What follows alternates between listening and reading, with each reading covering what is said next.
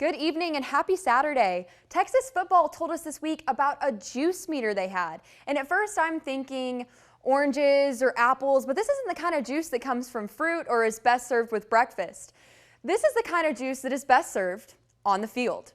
This juice is straight energy. And Steve Sarkisian said that after their first practice, it's not easy to bring the energy in this kind of heat, but then again, it's not easy to walk to your car in this kind of heat. So when we went out on the second day, Stark was bringing the energy. Him leading that charge is something that his team definitely appreciates. The good teams take on the personality of their head coach. So when Sark's all fired up, we have no choice but to be fired up. Last year he used to have this little juice meter. He'd come out to practice like, how much juice you got, man? Are you a 0 or are you a 6? You know what I'm saying? So, just him coming out there with that high energy is, really great for the team. Oh, his energy is super infectious. Today we had elite energy, and I feel like it started with Sark. And, a team is only as good as their head man is, and so he really just brings in that kind of energy and that kind of passion that we need. And it really is just infectious with the offense, defense, so it's really been awesome. Just 4 weeks from today, Texas will kick off their season against the reigning national champions, the Ohio State Buckeyes. As well as Texas, the Texas State Bobcats have been in camp, coming off back-to-back seasons going 8-5.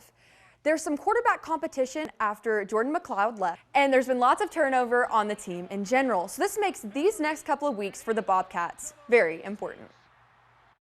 For the most part, these guys are trying to please their coaches every day, and that's a good sign. They're doing what we ask of them. They're bought in. They have a really good attitude. We might not be where we want to be yet, but I think if we continue at the pace we're on, I think we have a good chance to have a good football team.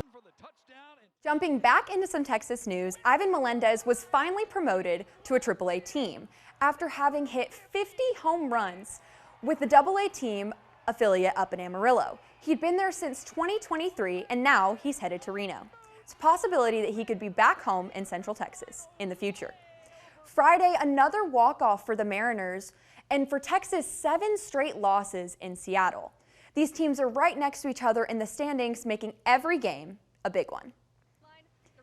In the bottom of the 7th was a 2-2 count with bases loaded and a full count with Cal Raleigh at the plate.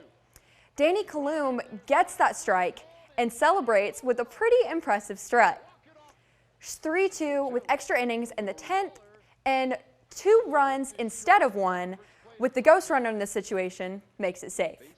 Simeon makes it 4-2, and at the bottom of the 10th, Arzarena gets that third pitch and ties it with the Texas House of Horrors continuing. At the top of the 11th, Ezekiel Duran gets 2 runs, bringing it to 6-4, and Luis Crivello brings it home for the first win for Texas in Seattle since September of last year.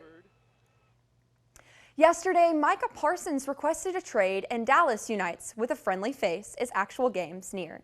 Plenty to talk about for our Silver Star Nation Insider. Our guys are focused on what we're trying to build. As we get closer to a game week, it's kind of exciting, and get the Rams coming in here next week. So there's plenty of things for us to focus on. We're almost through the install, so, I don't think so. This has been Lily Frank with KXAN Sports. Back to you.